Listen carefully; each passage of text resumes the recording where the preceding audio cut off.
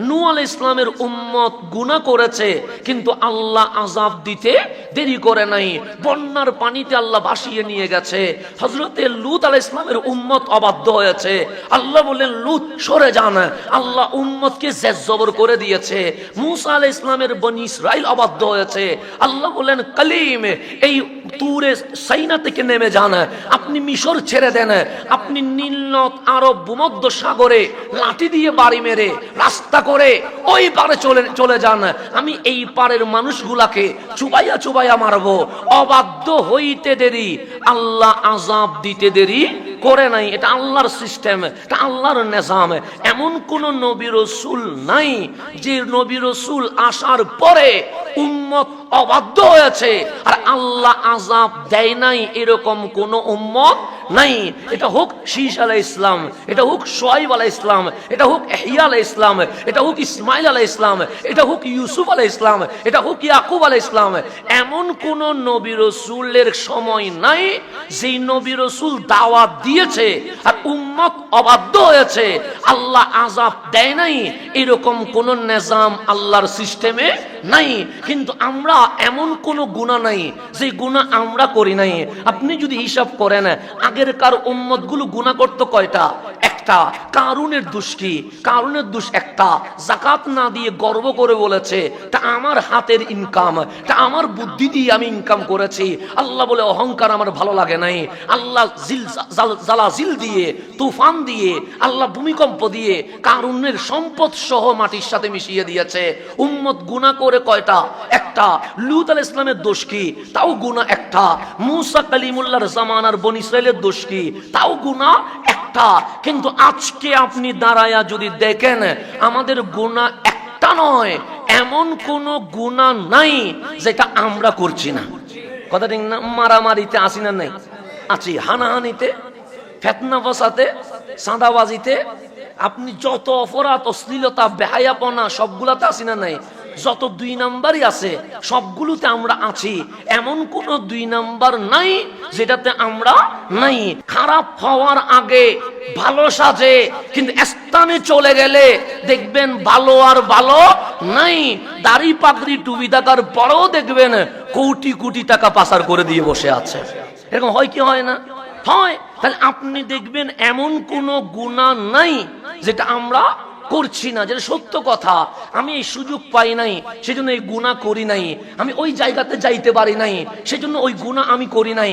এটা বলা যাবে না যে আমি সুদ থেকে বেঁচে আছি, এটা বলা যাবে না আমি বড় আল্লাহওয়ালা, আমি বড় তাকওয়াবান, আমি সুদ ঘুষ থেকে দূরে আছি, আমি বড় ভালো মানুষ, আমি চাঁদাবাজি থেকে দূরে আছি। না, সুযোগ আমার মিলে নাই বলে আমি দূরে আছি। সুযোগ মিলে গেছে, দেখবেন সব ভালো মানুষ আবার জালেম হইতে কি আছে, প্রতিযোগিতায় ব্যস্ত আছে। এমন কোন গুনাহ নাই যেটা আমরা করি নাই। এরপরেও আল্লাহ ভূমিকম্প দিয়ে সিগন্যাল দেয়, কিন্তু আমাকে ধ্বংস করে দেয় নাই। আল্লাহ করোনা ভাইরাস দিয়ে লকডাউন দিয়েছে, শাটডাউন দিয়েছে, কিন্তু রিজিক বন্ধ করে দেয় নাই। এমন কেউ বলতে পারবে না হুজুর চাকরি আমার চলে গেছে, আমি 3 দিন না খাই আছি, এটা বলতে পারবে না। কেন? আল্লাহ বলে চাকরি বন্ধ করেছি, রিজিক বন্ধ করি নাই। তোমার দরজা বন্ধ করেছি, কিন্তু রহমতের দুয়ার বন্ধ করি নাই। এত আযাব আসছে কিন্তু না খেয়ে মারা গেছে, এটা বলা যাচ্ছে না। দুর্ভিক্ষে সবাই ধ্বংস হয়ে গেছে, এটা বলা যাচ্ছে না। এত করোনা ভাইরাস আসছে কিন্তু বাংলাদেশ ধ্বংস হয়ে গেছে, এটা বলা যাচ্ছে না। কেন? আল্লাহ বলে সিগন্যাল দিয়েছি কিন্তু আযাব দেই নাই। এখন আল্লাহরে জিজ্ঞেস করেন, মালিক আগেরকার নবী রাসূলের উম্মত ধ্বংস হয়ে গেছে, যার নজির এখনো পৃথিবীতে আছে না? নাই, আছে। আপনি যদি মিশরে যান, কারুনের সম্পদ কিভাবে ধ্বংস হয়েছে আপনি নিজের চোখে দেখতে পারবেন। আপনি যদি ফেরাউনের ওই মমিতে যান, আপনি দেখতে পাবেন ফেরাউন কিভাবে নিঃস্ব হয়ে শুয়ে আছে। আপনি যদি পৃথিবীর প্রত্যন্ত অঞ্চলে ঘুরেন, দেখবেন লূত আলাইহিস সালামের উম্মতকে আল্লাহ এমন ভাবে ধ্বংস করে দিয়েছে, ওই জায়গায় আজকে পর্যন্ত কোনো গাছ পর্যন্ত উঠছে না। আল্লাহ নিদর্শন রেখে দিয়েছে, সিরু ফিল আরদ। আল্লাহ বলে জমিনে ভ্রমণ কর, জমিনে ভ্রমণ কর। মালিক এনজয় করার জন্য আল্লাহ বলে না, উলঙ্গপনা করার জন্য আল্লাহ বলে না, গানের আসর বসানোর জন্য আল্লাহ বলে না। ওইগুলা দেখে শিক্ষা নে, যেই আল্লাহ লূত আলাইহিস সালামের উম্মতকে ধ্বংস করতে পারে, যে আল্লাহ মূসা কালিমুল্লাহর উম্মতকে ধ্বংস করতে পারে, সেই আল্লাহ তোমাদেরকেও ধ্বংস করতে পারে। সেই জন্য বন্ধু, আমি যে কথাটা বলতে চাচ্ছিলাম, আল্লাহর কাছে সুখের পানি এটা বড় নিয়ামতওয়ালা, আল্লাহর কাছে কান্না এটা বড় আকস্মিক, এটা কোটি টাকার বিনিময়ে ক্রয় করা যায় না। তো আমার উপর আযাব আসে নাই কেন? আপনার উপর আযাব আসে নাই কেন? আপনি যদি হাদিসে নববী দেখেন, আপনি যদি রাসূল মকবুল সাল্লাল্লাহু আলাইহি ওয়াসাল্লামের জিন্দেগানি দেখেন, তখন দেখবেন হযরতে আব্দুল্লাহ ইবনে আমর ইবনুল আস বলছেন, আন্নান নবী সাল্লাল্লাহু আলাইহি ওয়াসাল্লাম, এটা মুসলিম শরীফের হাদিস, নিশ্চয়ই রাসূল করিম সাল্লাল্লাহু আলাইহি ওয়াসাল্লাম তেলাওয়াত করলেন কওলাল্লাহি আযজা ওয়া জাল, রব্বুল আলামিন ইরশাদ করেন, ফি ইব্রাহিম আলাইহিস সালাম আল্লাহর দরবারে যে দোয়া করছিল, সেই দোয়া আল্লাহর কাছে এত ভালো লেগেছে, আমার মালিক ইব্রাহিমের দোয়া আমাদের জন্য আল কোরআনে বর্ণনা করে দিয়েছেন। কোথায় বর্ণনা করেছে? আল কোরআনে। কে? খলিলুল্লাহ দোয়া করেছে কার কাছে? আল্লাহর কাছে। তো খলিলের দোয়া আল্লাহর দরবারে এত ভালো লেগেছে, আল্লাহ এটা আর গোপন রাখতে পারে নাই। খলিল আর এটা মওলার মধ্যে ছিল। আল্লাহ বলে, হাবিব, খলিল এমন দোয়া করেছে, আমার কাছে এমন ভালো লেগেছে, আমি আল্লাহ আপনার উম্মতকে জানানোর জন্য খলিলের দোয়া কোরআনের আয়াত হিসেবে নাজিল করে দিয়েছে। তো আমার নবী এই খলিলের দোয়া বলছেন, রব্বি, হে আমার রব, ইন্নাহুন্না আদলালনা কাসীরাম মিনান নাস। এই যে মূর্তিগুলো আছে মালিক, এই মূর্তিগুলো আমার উম্মতের মধ্যে অধিকাংশ মানুষকে পথভ্রষ্ট করে দিয়েছে। কিসে করছে? মূর্তিগুলা। এই যে মূর্তিগুলো তুমি আল্লাহর পরিচয় বাদ দিয়ে তাদেরকে নিজেদেরকে রব বানায়া, তোমার ইবাদত থেকে দূরে সরায়া, পূজার মধ্যে ব্যস্ত রেখে আদলালনা কাসীরাম মিনান নাস, অধিকাংশ মানুষকে পথভ্রষ্ট করে জাহান্নামী করে দিয়েছে। ফামান তাবিআনি, মালিক যে আমাকে অনুসরণ করেছে, এই কোটি মানুষের ভিড়ে যে আমার ডাকে চলে এসেছে, লক্ষ মানুষ যখন জেনায় চলে গেছে, আর আমি খলিল যখন বলেছি আয়না মাওলার দিকে, যে মাওলার দিকে চলে এসেছে, ফা ইন্নাহু মিন্নি, সে আমার হয়ে গেছে। মালিক কাল হাসরে যখন বিচার করবা, খলিলকে যখন জান্নাতে দিবা, যে আমার ডাকে চলে এসেছে তাকে মাইনাস করিও না, তাকে খলিলের সাথে প্লাস করে জান্নাতি বানায়া দিয়ে দিও। দোয়া করেছে খারাপ মানুষের জন্য না ভালো মানুষের জন্য?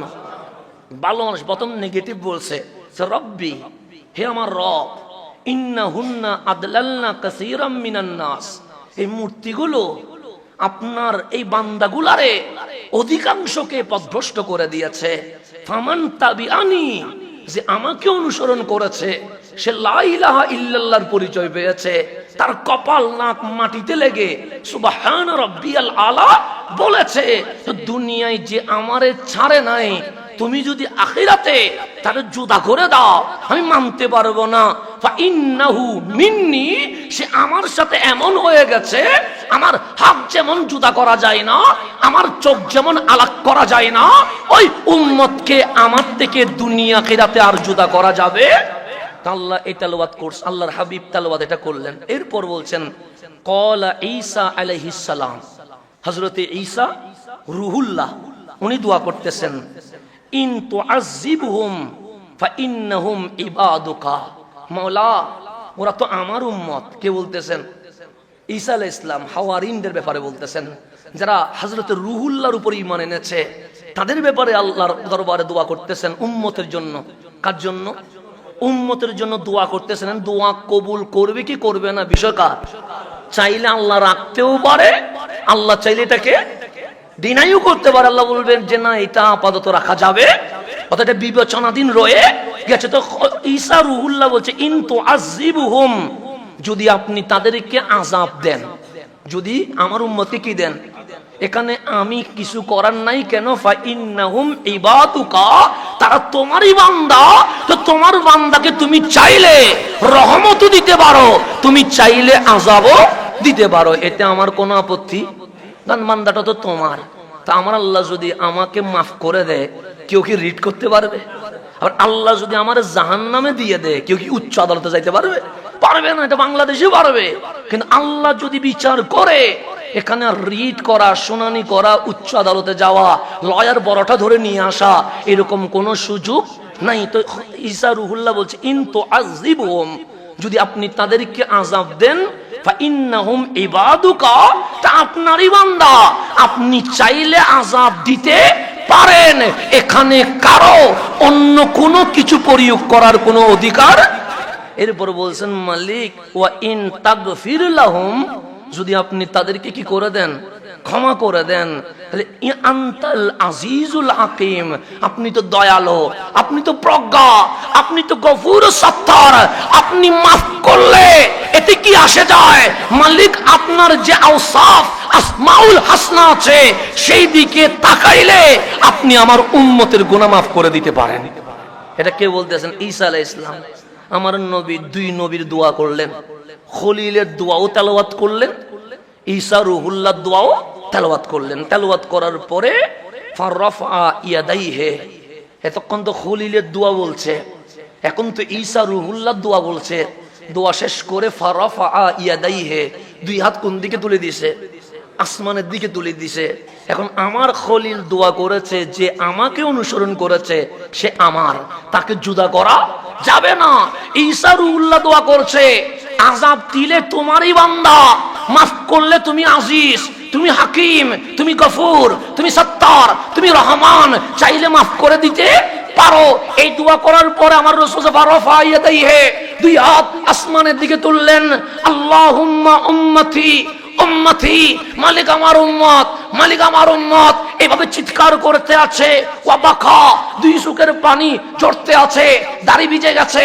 এরপরে বলছে উম্মতি উম্মতি, কাপড় ভিজে গেছে। এরপরে বলছে উম্মতি উম্মতি, যেই মাটিতে বসছে ওই মাটি ভিজে গেছে। এরপরেও বলছে উম্মতি উম্মতি। ফাকাল আল্লাহ আজ্জা ওয়া জাল, আমার আল্লাহ বললেন, ইয়া জিবরাইল, হে জিবরাইল, আমার কামলিওয়ালা কাঁদছে আর তুমি সিদরাতুল মুনতাহায় বসে আছো। ইযহাব ইলা মুহাম্মদ, আমার হাবিবের দরবারে চলে যাও। ওয়া রাব্বুকা আ'লাম, আমার হাবিব কি চায় তা আমি জানি, কিন্তু এরপরও তুমি যাও। ফাসালহু মা ইউবকি, জিজ্ঞেস করো আমার নবীরে কিসে কাঁদাচ্ছে, কেন আমার নবী কাঁদবে? আমি তো ওনাকে রহমতুল লিল আলামিন বানিয়েছি, কেন উনি কাঁদবে? আমি তো ওনাকে ইমামুল আম্বিয়া বানিয়েছি, কেন উনি কাঁদবে? আমি তো ওনাকে সৈয়দুল মুরসালিন বানিয়েছি, কেন উনি কাঁদবে? ওনাকে আমি ইন্না আতাইনা কাল কাউসার বানিয়েছি, কেন উনি কাঁদবে? আমি তো নিজেই বলেছি, সবাই বলে আল্লাহ রাজি হোক, ওয়া রাফা'না লাকা যিকরাক, আমি বলি আমার নবী রাজি হোক, এরপরেও কাঁদবে কেন? তুমি গিয়ে জিজ্ঞেস করো। হযরতে জিবরাইল চলে আসলেন। ফাআতাহু জিবরাইল, জিবরাইল আসছে, এসে বলতেছেন, ইয়া রাসূলুল্লাহ, আপনি কাঁদছেন কেন? ওয়াসসালাম, সালাম দিলেন। ফাসালাহু, আমার নবীকে জিজ্ঞেস করলেন, কিসে আপনারে কাঁদাচ্ছে, কিসে আপনারে কাঁদাচ্ছে? তখন আমার নবী বললেন, উম্মতি উম্মতি, আমি দেখতে পাচ্ছি আগেরকার নবী রাসূলের উম্মত গুনাহ করছে একটা, আল্লাহ মাটির সাথে মিশাই ফেলছে, কিন্তু আমি নবী এখানে বসে কিয়ামত পর্যন্ত দেখতে পাচ্ছি আমার উম্মত এমন কোন গুনাহ নাই যে গুনাহ আমার উম্মত করবে না। সেজন্য আমরা দাড়ি রাখি, এরপরও অভিভাবক আমাদেরকে দেখলে নিরাপদ মনে করে না। কেন? আমার চরিত্র কোনো অন্য রকম কিনা এটা নিয়ে ভাবে। আমরা পাগড়ি পরি, এরপরও মানুষ বলে এই পাগড়ির ভেতরে কি শয়তান বসে আছে নাকি কোরআন বসে আছে, বুঝতেই তো পারছি না। ওর কাছে কি রাষ্ট্র নিরাপদ থাকবে না নিরাপদ থাকবে না, এটা নিয়ে সন্দিহান পড়ে গেছে। যেখানে দাড়ি টুপি জুব্বা এটা শান্তির নিদর্শন ছিল, নিরাপত্তার নিদর্শন ছিল, আমরা টুপি দাড়ি জুব্বারে এমন ভাবে ইউজ করেছি, আজকে পাবলিক আমাদেরকে দেখলে ভালো চোখে তাকায় না, কানা চোখে তাকায়। তো যেখানে আমাদের অবস্থা 2 নাম্বার হয়ে গেছে, অন্যদের অবস্থা কি হবে? কথা ঠিক না? যাদের উপর আপনি নির্ভর করতেছেন উনি দোয়া করলে মনে হয় দোয়া কি হবে? কবুল হবে। সেজন্য তো অনেক সময় সমস্যা হইলে আমাদেরকে বলেন হাদিয়া দিয়া যে হুজুর এটা দোয়া করেন না কেন, আপনি বিশ্বাস করছেন আপনার হাত উঠলে যত কাজ হবে, আমার হাত উঠলে এটা বুলেটের চেয়ে আরো বেশি কি হবে, কাজ হয়ে যাবে।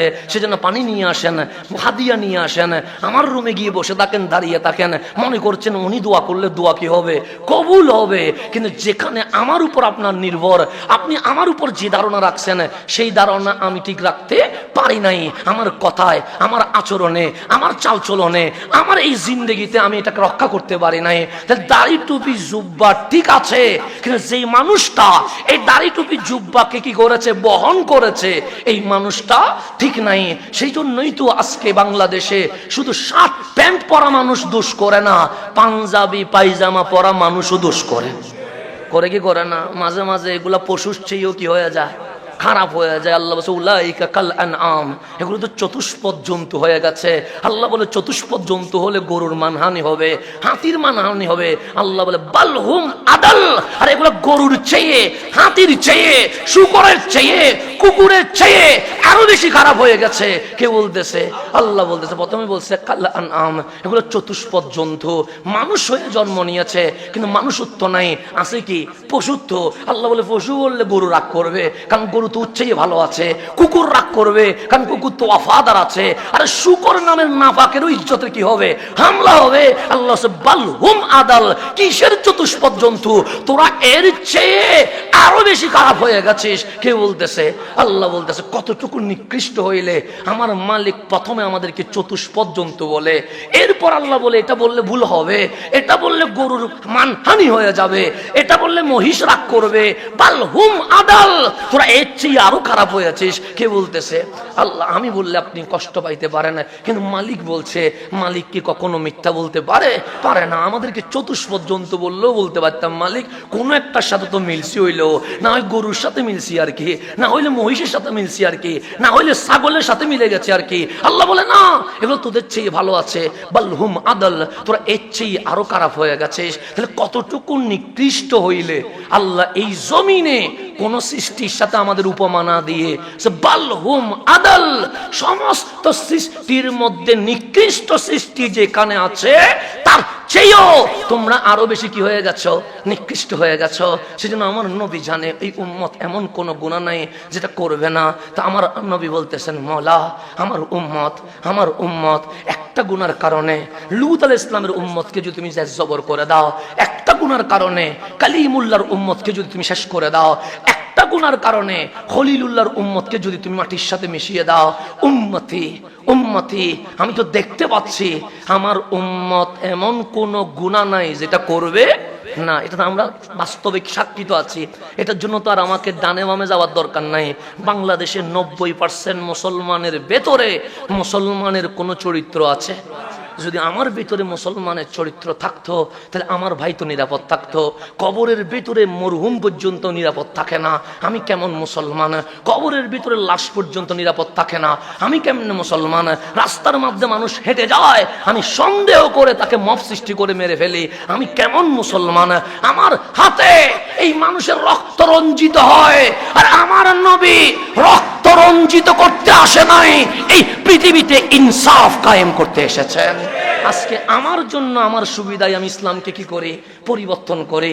এখানে গেলে ইসলামকে আমি এভাবে করে বানাই, ওখানে গেলে ইসলামকে আমি ওইভাবে করে বানাই। আর হামেশা আমি ইসলামকে আমার জন্য ইউজ করি। আমার পক্ষে থাকলে বেস্ট মুসলিম, আমার বিপক্ষে গেলেই আমি বলি সে কিসের মুসলমান, সে তো প্রতারক, সে তো ভণ্ড, সে তো হইতেই পারে না। আমরা নিজের দলে ঠিক থাকলে বলি মুসলমান, আর আমার দল না করলে বলি অমুসলিম। আমরা আজকেও ঠিক থাকি, কালকে একটু থেকে একটু হইলেই আমরা কি করে দেই, বলি না তার সাথে হবে না, সেকে জাহান্নামী বানাইতে বসে আছি। তাহলে এইরকম মতের বিপরীত হইলে বাংলাদেশে একটা মব সন্ত্রাস সৃষ্টি করে মানুষ হত্যা করে দেওয়া হয়। অথচ আমাদের মধ্যে হওয়া দরকার ছিল আমরা মিলেমিশেই থাকবো। আমরা দোষ করলে আইন আছে, আদালত আছে, বিচার করবে কে? আদালত। মরে গেলে বিচার করবে কে? আল্লাহ। এটা তো সুন্দর একটা সমাধান ছিল, কিন্তু এই সমাধান বাদ দিয়ে মানুষ নামের মানুষগুলো যেন অমানুষ হয়ে গেছে। দোষ করেছি আমি, কিন্তু অ্যাটাক করা হচ্ছে আমার বউকে, অ্যাটাক করা হচ্ছে আমার মাকে, অ্যাটাক করা হচ্ছে আমার সন্তানকে। আপনি যদি দেখেন দোষ যে করবে ব্যক্তির দোষ হবে, এটা সমাজের, রাষ্ট্রের, পরিবারের দোষ হইতে পারে না। সেই জন্যই তো আমার নবী যখন মদিনার সনদ কায়েম করছে, আজকে আপনি বলছেন আমি আমি আমি ইনসাফ কায়েম করব। কামলিওয়ালা যখন মদিনার সনদ কায়েম করছে, ইহুদিও বসে আছে, খ্রিস্টানও বসে আছে, মুশরিকও বসে আছে, মুসলমানও বসে আছে, যারা ধর্ম মানে না, নাস্তিক, তারাও বসে আছে। সবার সামনে যিনি রহমতুল লিল আলামিন, উনি বসে আছে।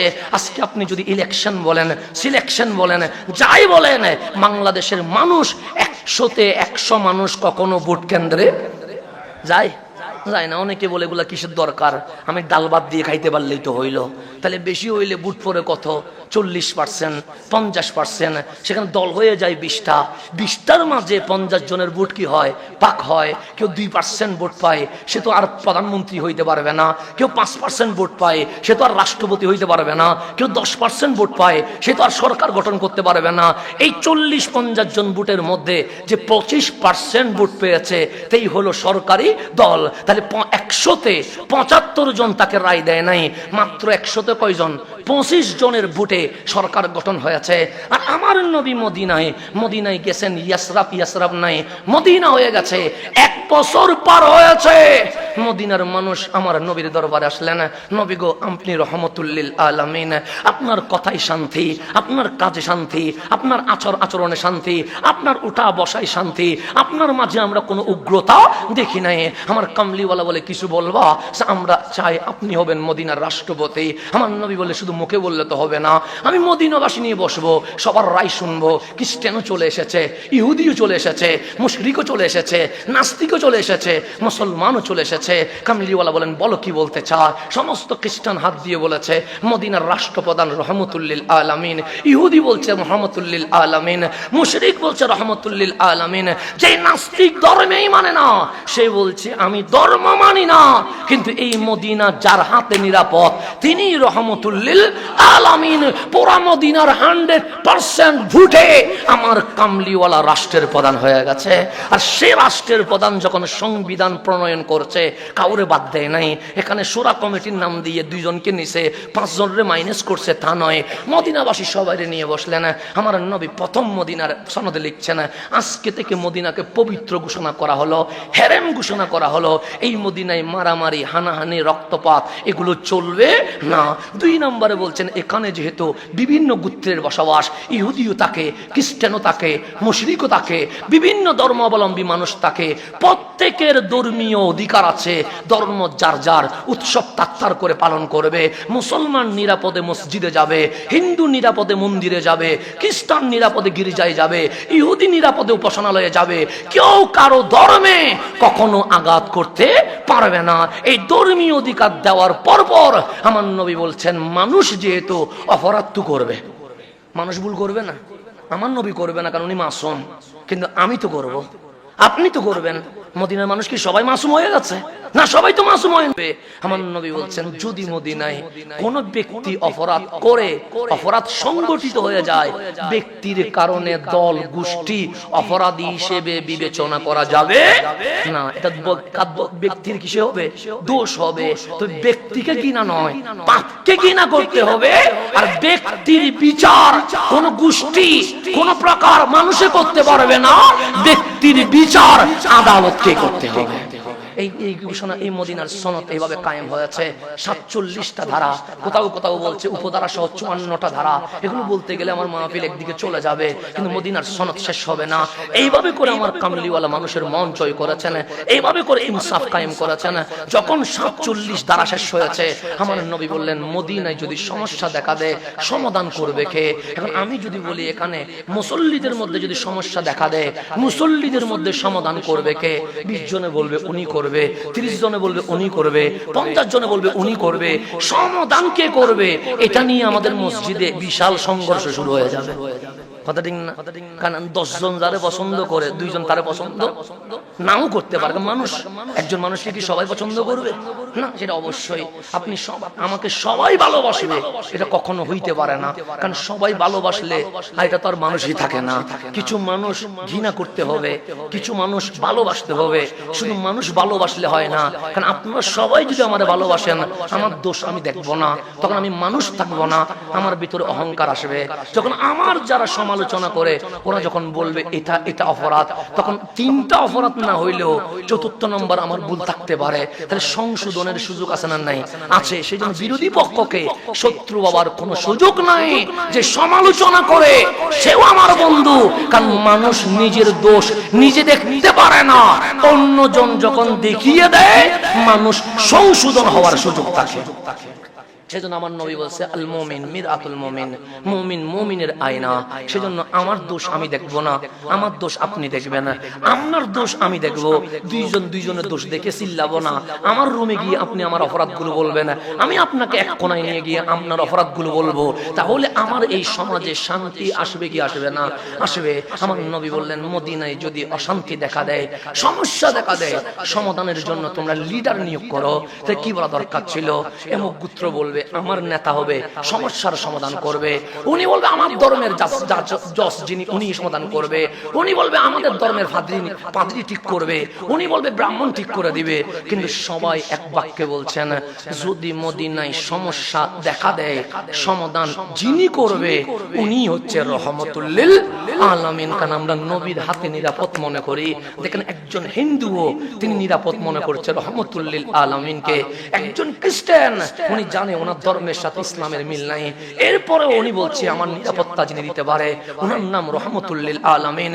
একজন নাস্তিক যে কোরআনকে ঘৃণা করছে, যে আল্লাহকে ঘৃণা করছে, যে রাসূলকে ঘৃণা করছে, তিনিও বলছে এই জমিনে যদি কেউ ইনসাফ দেয় এটার নাম রহমতুল লিল আলামিন।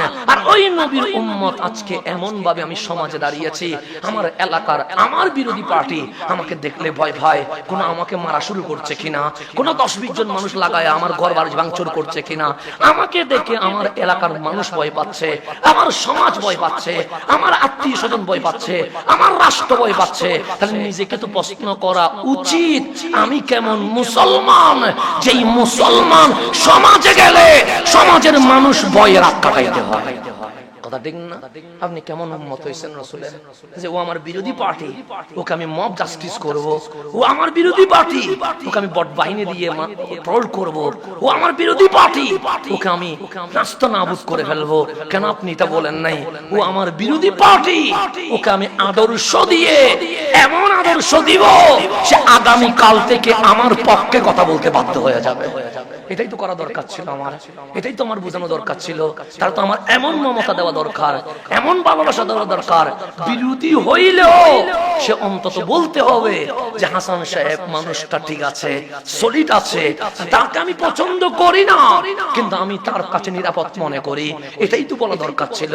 সেজন্য আমার বিরোধী পার্টিকে বলেন 100টা ভুল বের করতে পারবে। আর আমার নবীর বিরুদ্ধে মানুষ কম ছিল না। পুরা মক্কা নবীর বিরুদ্ধে, পুরা রোম নবীর বিরুদ্ধে, পুরা পরাশ্য নবীর বিরুদ্ধে, পুরা জগৎ নবীর বিরুদ্ধে ছিল। কিন্তু একজন নবী বিদ্বেষীকে দেখান যে আমার নবীর কোনো ভুল বের করতে পেরেছে, কোনো দোষ বের করতে পেরেছে। কেন?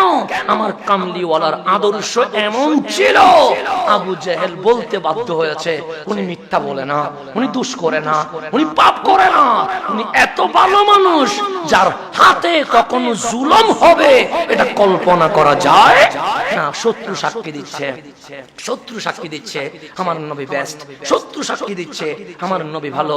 সেই নবীর উম্মত হয়ে আজকে মানুষ সাক্ষী দিচ্ছে হাসান সাহেবের হাতে আমি নিরাপদ নয়, মানুষ সাক্ষী দিচ্ছে ওনার আচরণ ভালো নয়, মানুষ সাক্ষী দিচ্ছে উনি যদি কিছু হয় আমরা ভয়ে লাগছে উনি মানুষ দিয়ে আমাদের উপরে অ্যাটাক করবে। দেখেন আমার দাড়ি মানুষকে নিরাপত্তা দিতে পারে নাই, আমার জুব্বা মানুষকে নিরাপত্তা দিতে পারে নাই। আর এই সোনার বাংলায় যদি আপনি দেখেন কানজাহান আলী এসেছেন, শাহ জালাল এসেছেন, শাহ পরান এসেছেন, নাসিরুদ্দিন সিবাসালা এসেছেন, ওনারা কোনো প্যান্ডেল তাকিয়ে জনসমাবেশ করে নাই, ওনারা এখানে এসে দেখলেন কি সমস্যা, দেখলেন মানুষের গোসল করার ব্যবস্থা নাই, ডেকসি পাতিল ধোয়ার ব্যবস্থা নাই, খানজাহান আলী পুকুর করে দিলেন। মানে দেখলেন রাস্তায় হাঁটার জায়গা নাই, উনি নিজে এসে ওনার সঙ্গীদেরকে নিয়ে রাস্তা করে দিলেন। দেখলেন মানুষ অসুস্থ হলে হসপিটাল নাই, উনি নিজে হসপিটালের ব্যবস্থা করে দিলেন। উনি দেখলেন মানুষ মানুষকে সহযোগিতার হাত বাড়ায় না, উনি খবর নিলেন কার ঘরে খাবার নাই, উনি খাবার পৌঁছায়া দিলেন। মানুষ জিজ্ঞেস করলেন উনি কে, উনি কে? আমি হলে বলতাম আমি লিডার, আমি নেতা, আগামীতে ইলেকশন করব সেই জন্য রাস্তা করে দিয়েছি, আগামীতে ইলেকশন করব সেই জন্য হসপিটাল করে দিয়েছি, আগামীতে ইলেকশন করব সেই জন্য বন্যার মধ্যে ত্রাণ নিয়ে হাজির হয়েছি। আমি হলে তো সেটাই বলতাম। কিন্তু খানজাহান আলীকে জিজ্ঞেস করছেন আপনি কে? তখন উনি বলছেন আমার পরিচয় কি লাগবে? হ্যাঁ লাগবে। কেন লাগবে? আমার এই এলাকায় অনেক সমাজপতি আছে, অনেক নেতা আছে, অনেক সরকার মেম্বার আছে, কই রোড তো করে দেয় নাই, কই পুকুর তো করে দেয় নাই, কই হসপিটাল তো করে দেয় নাই, আপনি কেন করছেন? তখন উনি বলছেন আমার একটা পরিচয় আছে, আমি রহমতুল্লিল আলামিনের উম্মত, আমি ব্যক্তি খানজাহান আলী আসি নাই, আমি মুস্তাফার উম্মত এসেছি কামলিওয়ালার মানবতা এই দাওয়াত দেওয়ার জন্য। তখন মানুষ বলেছিলেন দাওয়াতের দরকার নাই, তার কাজী প্রমাণ করে দিয়েছে ইসলাম হক, সবাই কালিমা পড়ে মুসলমান হয়ে গেছে। আর আমার জনসমাবেশে কই মুসলমান তো হয় না, উল্টা আমার ব্যক্তি নাস্তিক হয়ে বসে থাকে। এমনও অনেক ব্যক্তি আমি দেখাবো যে মাহফিলে এসেছিল আজকে নাস্তিক হয়ে গেছে। এমন অনেক ব্যক্তি দেখাবো যে আমার পিছনে নামাজ পড়েছে কিন্তু আজকে বলছে আমি সেকুলার, আমি ইসলাম মানি না। এমনও ব্যক্তি দেখাবো যারা আমার পিছনে ঘুরেছে কিন্তু আজকে বলতেছে না তোমার ইসলামকে আমি মানি না। কেন আমার ইসলাম মানবে না কেন? তাহলে ও আমার কাছে চলে আমার মধ্যে ইসলাম শিখতে চেষ্টা করেছে, দেখলেন আমার কাছে ইসলামের কোনো সিটাফোটা নাই, আমার বক্তব্যে ইসলামের কোনো আদর্শ নাই, সেজন্য সে নাস্তিক হয়ে গেছে, সে সেকুলার হয়ে গেছে। আর খানজাহান আলী কোন জায়গায় জনসমাবেশ করেছিল? শাহজালাল কোথায় এসে এত বিশাল মহাসমাবেশের আয়োজন করেছিল? কই কোনো বক্তব্য রেখেছে? এর তো প্রমাণও নাই। কিন্তু ওনার কাজ, ওনার কর্ম মানুষকে এভাবে আদর্শিত করেছিল। যদি শাহজালালের আদর্শ এটা হয়, শাহজালালের নবীর আদর্শ কেমন হইতে পারে? খানজাহান আলীর কথা যদি এরকম হয়, ওই মদিনার রহমতুল্লিল আলামিনের কথাগুলো কিরকম হইতে পারে? নাসিরউদ্দিন সিপাহসালাহ যদি উনি ইনসাফের জন্য রক্ত দিতে পারে, ওই নবীটা ইনসাফের জন্য কি করেছিল? সেজন্য মানুষ অটোমেটিক মুসলমান হয়েছে। আর আমার দেখে মুসলমান হওয়া তো দূরের কথা, যে মুসলমান সে পর্যন্ত আমার উপর রাগ করে ফেলতেছে, যে মুসলিম আমার সঙ্গী সে পর্যন্ত বলছে তোমার বক্তব্যে আমি হেদায়েত পাচ্ছি না। তাহলে দেখেন আমি কতটুকু আদর্শচ্যুত হয়ে গেছে। আমার কামলিওয়ালা বলছেন আল্লাহ আমি দেখতে পাচ্ছি আমার উম্মত গুনাহ করবে। তখন আল্লাহ বলছেন ইয়া জিবরিল, হে জিবরিল, আমার নবী তো আর নিজের জন্য কাঁদে নাই, আমার নবী তো সাহাবীর জন্য কাঁদে নাই, আমার নবী তো বলছে উম্মতি উম্মতি। কল তুমি যাইয়া আমার নবীরে বলো ইন্না সানুরদিকা ফি উম্মতিক, হাবিব আপনার উম্মতের ব্যাপারে আমি আল্লাহ ঘোষণা দিচ্ছি আমি আপনাকে খুশি করে দিয়ে দিব। আমি লা নাসুকা, আমি আপনাকে অসন্তুষ্ট করব না। আমার নবীকে আল্লাহ বলতেছেন হাবিব আপনি কান্না করিয়েন না, আমি আপনার উম্মতকে কষ্ট দিব না, আমি আপনার উম্মতকে এত বেশি আযাব দিব না যেটা আপনি সহ্য করতে পারবেন না। সেই জন্য আজকে আমি জিনা করি কিন্তু আল্লাহ ভূমিকম্প দিয়ে আমার বিল্ডিং মাটির নিচে দশিয়ে দেয় নাই, আমি পাপ করি কিন্তু আল্লাহ আমাকে মাটির নিচে জবর করে দেয় নাই, আমি এমন কোনো পাপ নাই যে পাপ আমি করি নাই কিন্তু এরপরেও আল্লাহ আমাদের উপর আযাব আনে নাই। মাওলা আযাব দাও নাই কেন? মুসা আলাইহিস সালামের উম্মত একটা গুনাহ করেছে তুমি আযাব দিয়েছো, লূত আলাইহিস সালামের উম্মত একটা গুনাহ করেছে তুমি আযাব দিয়েছো, শীস আলাইহিস সালামের উম্মত একটা গুনাহ করেছে তুমি আযাব দিয়েছো। আমরা তো নবীর উম্মত হাজারো গুনাহ করেছি, আযাব দাও নাই কেন? সেজন্য অনেকেই জিজ্ঞেস করবে মালিক তোমার নবীর পাওয়ার কি কম? মুসা আলাইহিস সালামের উম্মতের উপর আযাব দিয়েছো, নবীর উম্মতের উপর আযাব দাও নাই কেন? আল্লাহ বলে তোরা এমন গুনাহ করেছিস আমার আরশ পর্যন্ত কেঁপে উঠেছে, তোরা এমন গুনাহ করেছিস ইসরাফিল পর্যন্ত চোখের পানি ছেড়ে দিয়েছে কিন্তু আমি আল্লাহ আযাব দিতে পারি নাই। কেন জানিস? আমি বললাম মালিক কেন? সাম্মা কান আল্লাহু লিয়ুআযিবাহুম, আমি কেমনে হাবিব আপনার উম্মতকে আযাব দেই? আমি আল্লাহ আযাব দিতে পারি নাই। মালিক আমরা কি আযাব দেওয়ার মতো গুনাহ করি নাই? আল্লাহ বলে করেছিস, সীমা অতিক্রম করেছিস, আযাব দেওয়া লাজিম হয়ে গেছে কিন্তু মা কান আল্লাহু লিয়ুআযিবাহুম, আমি আল্লাহ আযাব দিতে পারি নাই। মালিক কেন? আল্লাহ বলে ওয়া আনতা ফীহিম, হাবিব আপনার কারণে দিতে পারি নাই। আপনি তাদের মাঝে আছেন। এখনো রওজায় উম্মতি উম্মতি বলে চোখের পানি ছেড়ে দিয়েছেন বলে এই উম্মতকে আমি ছেড়ে দিয়েছি।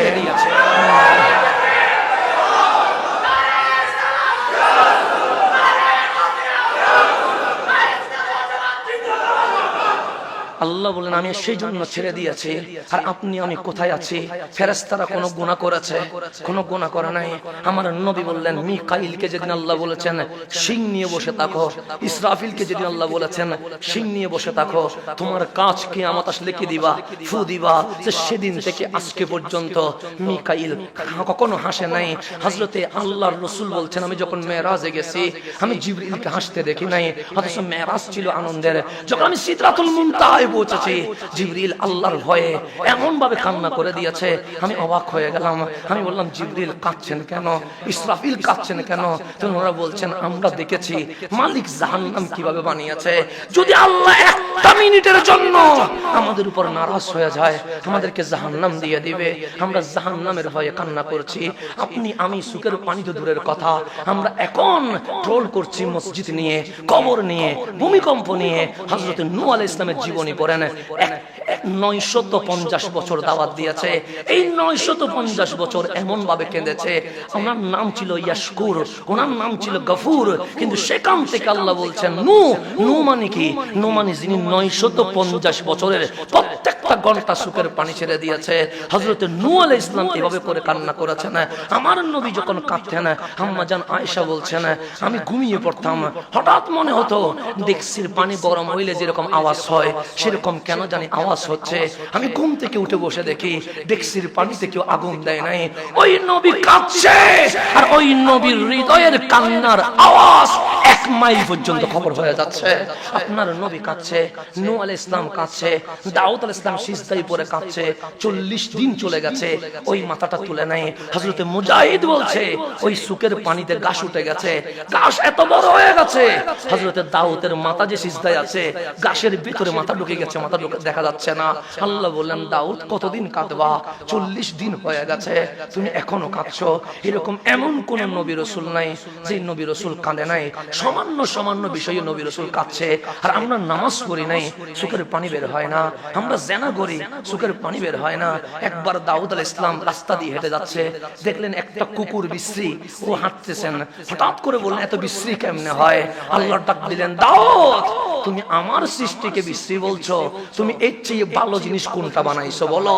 সেদিন থেকে দাউদ যে কান্না করছে ইন্তেকালের আগের দিন পর্যন্ত কান্না বন্ধ করে নাই। আমার নবী শুধু এতটুকুই বলেছিল কুকুরকে এত বিশ্রী কেমনে হয়? আল্লাহ ডাক দিয়েছেন দাউদ তুমি আমার সৃষ্টিকে বিশ্রী বললা, এর চেয়ে সুন্দর জিনিস কি বানাইছো আমারে দেখাও। শুধু এতটুকু বলেছে। সেদিন থেকে দাউদ ইন্তেকালের দিন পর্যন্ত কান্না করেছে, মালিক এটার জন্য যদি আমারে ধরো আমি তো পার পাবো না, এটার জন্য যদি আমার হিসাব নাও আমি তো ছাড় পাবো না। এরকম করে কান্না করেছে। একটা কমেন্টস। আর আপনি আমি এমন কোন গুনাহ না, এটা তো গুনাহও না, এটা জাস্ট এমনি মুখ থেকে বের হয়ে গেছে। সেজন্য উনি মরণ পর্যন্ত কেঁদেছে। আমার কান্না কোথায় চলে গেছে? আমার সুখের পানি কোথায় শুকিয়ে গেছে? আল্লাহ বলে ভূমিকম্প দেওয়ার পরেও তো সুখের পানি বের হয় না, আমি করোনা ভাইরাস দেওয়ার পরেও তো সুখের পানি বের হয় না, আমি অশান্ত করার পরেও তো চোখের পানি বের হয় না। হযরত মাওলা আলী বলছে তোমার কাছে যখন ভূমিকম্পের নিদর্শন বারবার আসবে মনে রেখিও 2-3 বার যখন সিগন্যাল আসছে এটা বেশি দিন নাই, এটা জেজ জবর করে ফেলবে। আলী বাঁচবো কেমনে? যে একটা উপায় আছে, তওবা করে মালিকের দরবারে ফিরলে বাঁচতে পারবা। আর যদি তওবা না করে আজকে না হয় কালকে আপনাকে আমাকে জমিনের ভিতরে ভূমিকম্পে চলে যেতে হবে। তাহলে আজকের এই জুমা থেকে আমাদেরকে শিখতে হবে, ফিরে আসতে হবে কার দরবারে? আল্লাহর দরবার ছাড়া আমাদের কোনো উপায় নাই।